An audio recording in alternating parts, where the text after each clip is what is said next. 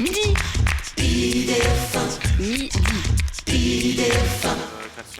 Et oui, vous êtes toujours sur IDF1. Welcome à tous ceux qui nous rejoignent. Aujourd'hui, nous sommes mardi, comme vous le savez. Aujourd'hui, c'est IDF1 Beauté, comme vous le savez aussi. Et j'ai le plaisir de recevoir Sebastiano Montoneri, qui est chirurgien esthétique. Et nous parlons plus précisément de l'acide hyaluronique et des injections dans la poitrine et dans les fesses. Voilà. Donc, poitrine, on a fait le tour. On a vu que, bon, en fait, avec l'acide hyaluronique, il n'y avait aucun danger, que le corps en a beaucoup, on en fabrique. Partout. Donc, on peut en rajouter, tout va bien, ça ne va pas provoquer de cancer, il n'y a vraiment aucun danger. Dans la poitrine, on peut en injecter. Il faut d'abord une consultation, bien évidemment, parce que ça dépend de la forme de la poitrine. Ça dépend effectivement de la forme et de l'indication. Donc, il y a des choses qu'on peut traiter, des choses qu'on ne peut pas traiter avec l'acide hyaluronique. Donc, on est obligé de faire d'abord une consultation. Et aussi, moi, j'ai prescrit toujours une mammographie. Donc, avant, mais ça aussi avec les prothèses. Donc, la mammographie, ou une échographie, ça dépend de l'âge de la patiente. C'est nécessaire, pas pour le chirurgien, pour l'opérer ou injecter, c'est nécessaire pour le radiologue pour suivre l'évolution du sein de la patiente. C'est-à-dire qu'elle nécessite d'une mammographie. De la prévention. Mais c'est surtout pour avoir une vision avant et une vision après. Si je ne fais pas de mammographie avant, le radiologue il va se trouver avec un sein qu'il ne connaît pas, avec un produit qui peut lui empêcher de voir des... Voilà, donc il faut faire les choses sérieusement. Alors, donc on peut en injecter dans le visage, on a vu, dans les seins, on peut dans les mains. Aussi dans les mains. Je crois qu'il y a deux types de produits qu'on peut injecter aussi dans les mains. Il y a plusieurs produits dans les mains. C'est toujours l'acide hyaluronique, ce sont les marques qui changent ou ce sont Non, on peut injecter aussi d'autres produits différents de l'acide hyaluronique, mais sont de toute façon toujours résorbables. Donc la chose importante, moi je n'aime pas les produits qui sont définitifs. On n'en utilise plus, je crois, aujourd'hui en esthétique. Encore, parfois on utilise. Moi, j'ai la silicone, bien sûr, non, parce qu'elle est interdite, mais il y a de métacrylat, donc il y a des produits qui ne sont pas résorbables à 100%. Et ça, je ne les aime pas du tout, ces produits, parce qu'ils peuvent de toute façon donner à 5-10 ans après des granulomes, des problèmes, qui après c'est très très difficile à régler. C'est les problèmes qui a donné toujours la silicone il y a 15 ans qu'on a injecté. Après c'est très très difficile à traiter. Très bien. Alors on sait que l'acide hyaluronique, il y a aussi beaucoup de recul. On l'a utilisé dans les années 70. L'acide hyaluronique, il n'a vraiment pas de souci. C'est un produit déjà présent dans l'organisme et donc il va être résorbé. Présent depuis 40 ans en médecine. Oui. Alors maintenant, je voudrais en venir aux fesses. Donc on peut les injecter dans les fesses. Alors pareil, on se retrouve dans le même cas de figure que pour les seins. Les fesses, on peut utiliser des prothèses, si on veut obtenir un plus gros volume, prothèses ou acide hyaluronique. Alors pourquoi l'acide hyaluronique par rapport aux prothèses, justement ? L'acide hyaluronique, c'est toujours pareil. Par rapport aux prothèses, il a l'avantage d'être en anesthésie locale, qu'il n'y a pas de corps étranger, qu'il n'y a pas d'hospitalisation. Ça fait beaucoup moins mal par rapport aux prothèses de fesses. Les prothèses... Ils font assez mal, oui. Les prothèses plus mal que les prothèses mammaires ? Oui, les prothèses mammaires, aujourd'hui, la technique... Pourquoi ça fait plus mal parce que... Déjà, le grand fessier, c'est le muscle le plus gros et le plus puissant du corps humain. Parce qu'on le glisse sous le fessier. On le glisse dans le fessier. C'est une technique très particulière. La prothèse de fesse, elle est glissée dans le muscle. Donc, on fait une dissection intramusculaire. Oh, punaise, oui. Donc après, ça fait assez mal pendant 15 jours. La patiente, elle ne peut pas s'asseoir. Elle peut s'asseoir, mais elle ne peut pas s'allonger sur le dos. Elle doit dormir sous le ventre pendant une semaine. Elle peut s'asseoir, mais elle doit s'asseoir en avant, justement, pour éviter de... comme ça. Donc, il ne faut pas l'inviter à déjeuner ni à dîner. Exactement. En tout cas, pas manger de soupe. C'est une anesthésie générale, c'est une hospitalisation. C'est le même cadre. C'est une opération. C'est une opération. C'est pas super lourde, mais c'est une opération qui a les problèmes liés à l'intervention chirurgicale. Le Marolan, donc l'acide hyaluronique, il est sans danger. Même si la patiente elle décide un jour de revenir en arrière, elle peut le faire parce qu'il suffit juste de ne pas réinjecter le produit. C'est une anesthésie locale, elle répare tout de suite, il n'y a pas d'hospitalisation. Elle peut s'asseoir, oui, bien sûr. On continue avec ça. On a encore un appel pour vous, docteur.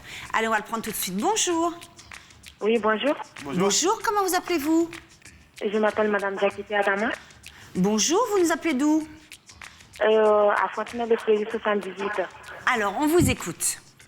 Oui, je voulais savoir parce que j'ai eu un accouchement il y a 1 an. Pardon? Oui. J'ai accouché il y a 1 an maintenant. Elle a accouché, ouais. Vous avez accouché Ah il y a oui, un an. non, d'accord. Oui. Mes seins, ils sont faibles.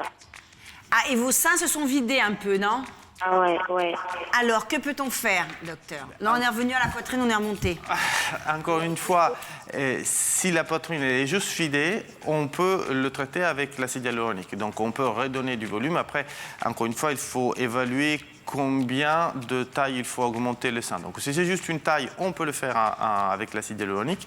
Si c'est plus, il faudra avoir d'autres options. Mais la chose importante, surtout après accouchement ou après amaigrissement, encore une fois, il faut voir la forme du sein. Donc, c'est impératif de faire une consultation parce que s'il y a une ptose, on ne peut pas traiter le sein sans faire une plastie, donc sans faire une intervention. S'il n'y a pas de ptose, et donc si le sein il est juste un peu vidé, on peut rétablir le volume en injectant de l'acide hyaluronique. Oui, d'accord. Mais il est trop gros aussi. Je voulais qu'elle soit un petit. On n'a pas pas compris, on n'a pas excusez-nous compris, si vous pouviez excusez-moi. répéter. J'ai dit, mes seins, il est trop gros.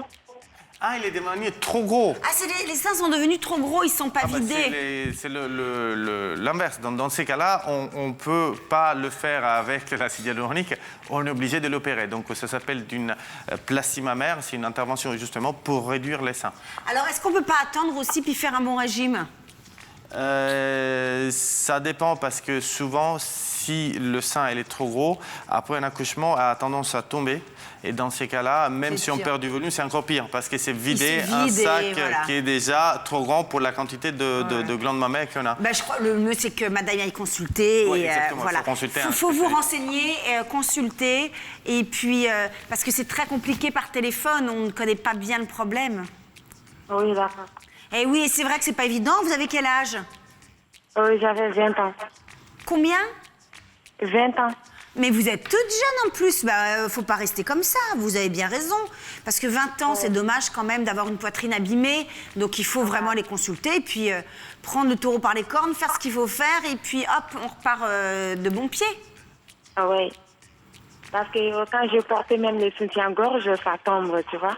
Bah bien sûr, oui, non, il faut à 20 ans, il faut retrouver une belle poitrine. Aujourd'hui, heureusement, on a des méthodes pour pouvoir améliorer tout ça. Il faut surtout en profiter et en abuser. Oui, d'accord. En tout cas, vous... avoir la numéro de monsieur. Comment? La numéro du monsieur. Ah, on n'a pas le droit de donner à l'image le numéro de médecin, mais restez en ligne. Restez en ligne, on va vous passer au standard.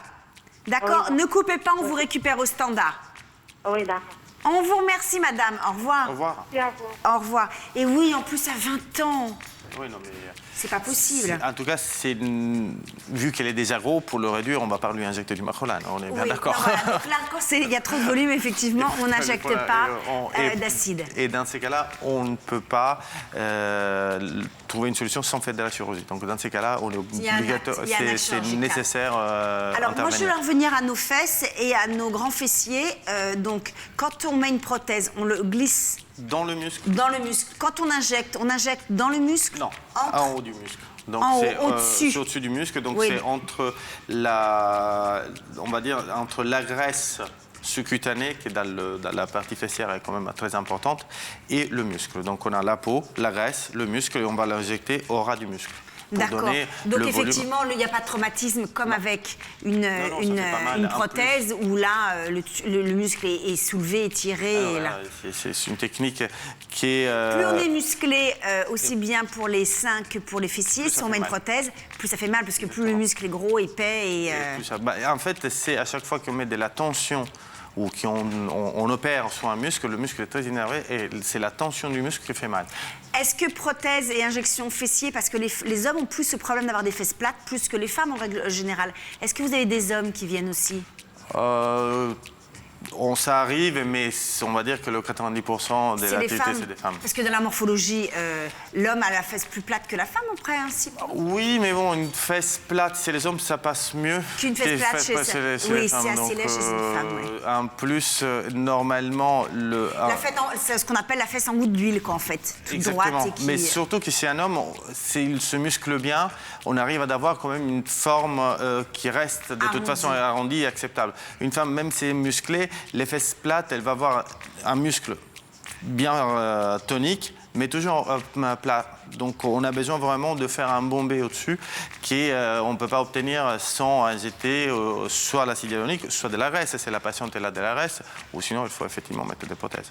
Voilà, donc c'est là de la graisse, on peut aussi retirer de la graisse à un endroit et leur Et mettre... la réinjecter, ça s'appelle un lipofilling. Mais Voilà. c'est des cas particuliers parce qu'il faut déjà avoir suffisamment de graisse pour pouvoir le faire. Voilà, lipofilling. Donc il y a plusieurs méthodes. Pour tout ça, bien évidemment, on est obligé de consulter, on ne peut pas le faire, on ne peut pas prendre sa décision. C'est le médecin qui vous orientera au mieux pour prendre des décisions. Combien la quantité par rapport au sein est plus grande, j'imagine, quand on injecte dans les fesses? Oui, un peu, on va dire. Combien ça coûte, par exemple, pour gagner une taille pour la poitrine? Combien ça coûte? C'est 3 500 € la première injection et entre 1 500 et 2 000 € tous les ans. D'accord, donc c'est un investissement quand même. Hein? C'est un investissement, pour effectivement. Les fesses. Pour les fesses, parce que pour les seins, une prothèse, c'est combien? 5 000, 6 000, 7 000? Sur les 5 000 €. 5 000 €. Donc, entre 4 et 5 000, on va dire. Donc il y a 1 500 €, entre 500 et 1 500 d'économie. Exactement. Pour les fesses, dites-moi. Pour les fesses, on est plus sur les 4 000, 4 500 la première injection et sur les 2 000, 2 500 pour les injections suivantes. Les prothèses pour les fesses? Les prothèses, on est plus sur les 6 000. C'est 5 500, 6 000. D'accord, pourquoi c'est plus cher pour les fesses que pour la poitrine? Parce que déjà, les prothèses des fesses sont plus chères. Donc, Et pourquoi elles sont plus chères d'ailleurs? Elles sont plus grosses? Il faudra le demander au laboratoire. Voilà. Donc ça, c'est malheureusement, nous, on achète les prothèses. Et le travail est plus long, l'intervention est plus longue? Un tout petit peu, pas énormément. Les prothèses, c'est 1 heure. Les prothèses mammaires, c'est 1 heure. Les prothèses de fesses, c'est 1 heure et demie. Donc, c'est pas énormément plus long. Ouais. Donc, effectivement, il y a un temps opératoire plus long. Donc, la clinique va facturer légèrement plus. Mais c'est pas ça qui vraiment change. La différence, c'est comme ça. C'est les tarifs c'est pas non plus une différence énorme. Donc, la cicatrice est dans le pli de la fesse? Non, c'est vraiment dans le pli interfessière. Ah.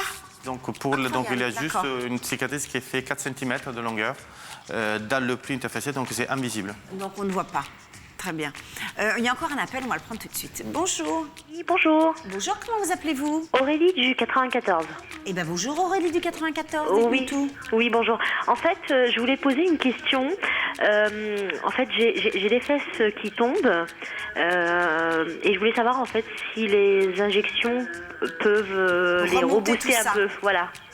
Alors, avec une fesse un peu tombante. Encore une fois, il faut l'examiner, mais normalement, oui. Normalement, oui. C'est plus ou moins un problème de manque de volume sur la partie supérieure de la fesse qui entraîne une chute de la peau. Donc, c'est comme si on a une robe trop grande. Donc, la robe trop grande, elle va s'affaisser vers le bas. Donc, si on rajoute du volume en haut, forcément, la robe est un peu plus tendue. Donc, les fesses sont plus jolies, plus bombées. Et normalement, ils auront moins l'aspect de fesses tombantes. D'accord. L'intervention, parce que je vais comme ça, c'est pour répondre à la question de madame, ça se fait au cabinet, anesthésie locale. Alors, l'acide hyaluronique, n'est même pas considéré une injection. Et une intervention est considérée une injection. C'est pour ça que d'ailleurs, il n'y a même pas les 15 jours de délai de réflexion légale. Donc ça veut dire qu'aujourd'hui en France, il y a une loi qui impose 15 jours de réflexion légale entre la première consultation et la date de l'intervention. L'injection d'acide hyaluronique, c'est immédiat. On n'a même pas besoin de ça parce qu'elle est effectivement sans danger et surtout, elle est résorbable. Donc on peut revenir en arrière. Quand on prend rendez-vous dans un cabinet, on vient voir le chirurgien, on lui dit voilà, je vais le faire tout de suite. Ça peut être, on n'est pas obligé d'avoir plusieurs consultations? Normalement, théoriquement, non. Moi, par contre, je n'ai pas la possibilité de le faire tout de suite. Moi, j'ai la consultation qui est déjà pleine, donc il me faut 1 heure. Je ne peux pas, la patiente qui arrive... Ah, voilà, c'est pour une histoire de planning. C'est une histoire de planning. C'est une histoire de planning, voilà. Techniquement, oui, mais pratiquement, il faut sauf quand on téléphone, on peut préciser, je viens pour une injection. Oui, mais j'aime pas du tout. Je préfère voir la patiente. Il y a toujours une indication, parce que parfois, au téléphone, c'est une chose. Donner le prix, parler. Moi, normalement, je donne un devis, la possibilité aussi de réfléchir, de poser des questions, regarder effectivement quel est le problème. On prend son temps. Et après, on prend le temps de le faire. Et pas pendant ma consultation, parce que pendant la consultation, il a quand même un planning assez chargé. Donc, on va le faire calmement dans un autre jour. D'accord. Voilà, est-ce qu'on a répondu à votre... C'est tentant de se dire, en 1 heure, on règle les petits problèmes, surtout avant l'été? C'est clair, c'est clair. En fait, j'ai une autre question, si c'est possible. Tout à fait, tout est possible. En fait, je voulais juste savoir, pour que ça soit efficace, il faut combien de séances? Et est-ce qu'on peut avoir une idée sur le tarif, en fait? Alors, combien de séances? Une séance? Une séance. Le tarif dépend tout dans la quantité à injecter. Normalement, c'est entre 3005 et 4005, on va dire, en fonction de la quantité. Parce que ce qui coûte cher, c'est le produit. C'est le produit. Donc les honoraires du chirurgien sont toujours les mêmes. Si j'injecte 100 ou 300, il reste exactement la même chose comme honoraire. C'est le produit qui coûte cher et donc va faire augmenter le prix de façon exponentielle en fonction du produit injecté. D'accord. Tout simplement. On vous souhaite une très bonne journée. Merci, vous aussi. Au revoir. Merci, au revoir. Alors, on a vu visage, main, poitrine, fesses, mollets. Ça existe, je crois, pour les gens qui n'ont pas de mollets. Oui, c'est possible. Il faut encore une fois regarder l'indication parce que la peau du mollet, elle est très fine.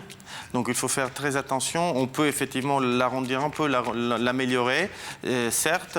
On ne peut pas non plus faire des mollets de Schwarzenegger parce qu'il faudrait trop de produits. Et on risque, vu que la peau du mollet est très fine, qu'après on puisse palper le produit. Vu qu'encore une fois, on le met entre le muscle et la peau, donc dans la graisse cutanée. Les prothèses de mollet, ils sont glissés dans le fascia ou derrière le muscle, donc c'est une technique... C'est très douloureux aussi pour le mollet? Parce que c'est un muscle qui est énormément sollicité toute la journée, le mollet. Exactement. En fait. Donc oui, à chaque fois qu'on rentre dans un muscle, à chaque fois qu'on touche au muscle, à chaque fois qu'on est obligé d'opérer et de travailler sur le muscle, ça fait mal. Donc tant qu'on reste, on ne touche pas le muscle, tant qu'on reste dans la graisse cutanée, sous la peau, ça va, ça fait 24 heures de courbature, comme 24 heures de courbature, mais c'est raisonnable. Donc c'est raisonnable, on prend un petit médicament pour... Ouais, Combien ça coûte pour les mollets? C'est toujours pareil, c'est toujours une question de volume. C'est un peu moins parce que c'est le moins de volume, donc c'est plus sur le 2000, 2500, ça dépend. Toujours, on parle toujours de la première injection, parce qu'après les injections suivantes sont divisées de 50% moins chères.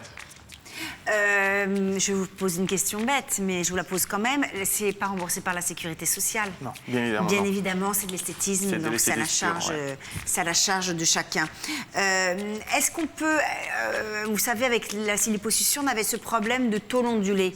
Alors, est-ce qu'on peut retrouver cette tôle ondulée sur les fesses ou sur les mollets? Ou est-ce qu'au contraire, je crois que ce produit, l'acide hyaluronique, était utilisé justement pour réparer les imperfections des liposuctions. Je vais y arriver. Donc, déjà, il faut faire une précisation. La tôle ondulée, à la suite de la liposuction, peut être un effet normal lié à la peau, à l'élasticité de la peau. Donc, c'est une patiente, elle a 70 ans, la peau elle est plus élastique, donc on aura la tôle ondulée. L'acide hyaluronique, l'injection d'acide hyaluronique était inventée justement pour traiter les problèmes liés à la lipoaspiration, comme les trous et les bosses. Donc c'était des défauts techniques du médecin qui avait fait la liposuction, qui avait entraîné une aspiration plus sur un côté et pas sur l'autre. Donc on injecte de l'acide hyaluronique justement pour égaliser ces différences. La tôle ondulée de la peau, c'est quelque chose de particulier parce que c'est lié à l'élasticité de la peau de la patiente qui a fait une liposuction. Et donc, la peau n'a pas pu se rétracter de façon correcte. Dans ces cas-là, c'est un peu plus compliqué. Donc, on rentre vraiment dans le détail.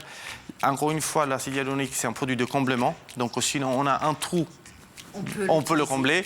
Si on a la tôle ondulée qui est un peu partout, qui est liée vraiment à... Avec ces canules qui peuvent diriger, répartir le produit, c'est un peu compliqué. C'est un peu compliqué. Donc, c'est vraiment très technique. Si on a un trou lié au fait que la patiente a été mal lipoaspirée, donc on a été lipoaspirée ici trop et pas assez de l'autre côté, on peut combler le trou pour pouvoir justement égaliser. On peut combler. Donc, et justement, ce produit, au départ, a été inventé pour ça. Et après, on s'est aperçu qu'effectivement, ça marchait très bien. Donc, on a dit, pourquoi pas l'utiliser dans les fesses. Et après, ça marchait super bien. Pourquoi pas l'utiliser aussi dans les seins. Donc, et après, on a élargi les indications. Mais au départ, c'était juste indiqué pour traiter ces problèmes-là de lipoaspiration. Très bien. En tout cas, merci docteur d'être venu jusqu'à nous. Je rappelle votre nom. Nous avons le plaisir d'avoir eu le docteur Sebastiano Montoneri. Voilà. Merci d'être venu jusqu'à chez nous. On va rester ensemble quelques instants. On va regarder une petite pastille. C'est nouveau. Voilà. On a commencé hier. Ça s'appelle la pastille, la petite vidéo Pratix. Aujourd'hui, c'est comment réparer ses collants quand on a un petit trou dans le collant. Voilà. Et oui, ça arrive. Donc tous les jours, on aura une petite pastille comme ça. À la fin de l'émission. On vous souhaite une très bonne journée sur IDF1. Quant à nous, on se retrouve ce soir à 19h. Je serai là dans notre beau décor tout neuf de Vous avez du talent. Bonne journée à vous sur IDF1 et merci encore, docteur, d'être venu avec nous. Merci à vous. Au revoir. C'est pas possible. Comment je vais faire? J'ai un rendez-vous dans 5 minutes.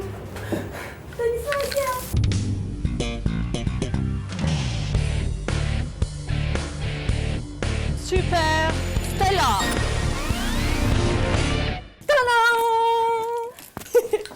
Super Stella et sa cape magique. Qu'est-ce qui t'arrive? J'ai un trou. Oh, c'est pas possible. Comment t'as fait? Deuxième paire, j'ai plus peur. Bon, très facile. Deuxième paire trouée. On coupe là où c'est troué. Tu coupes la jambe trouée. Vas-y, tu peux le remettre. Voilà.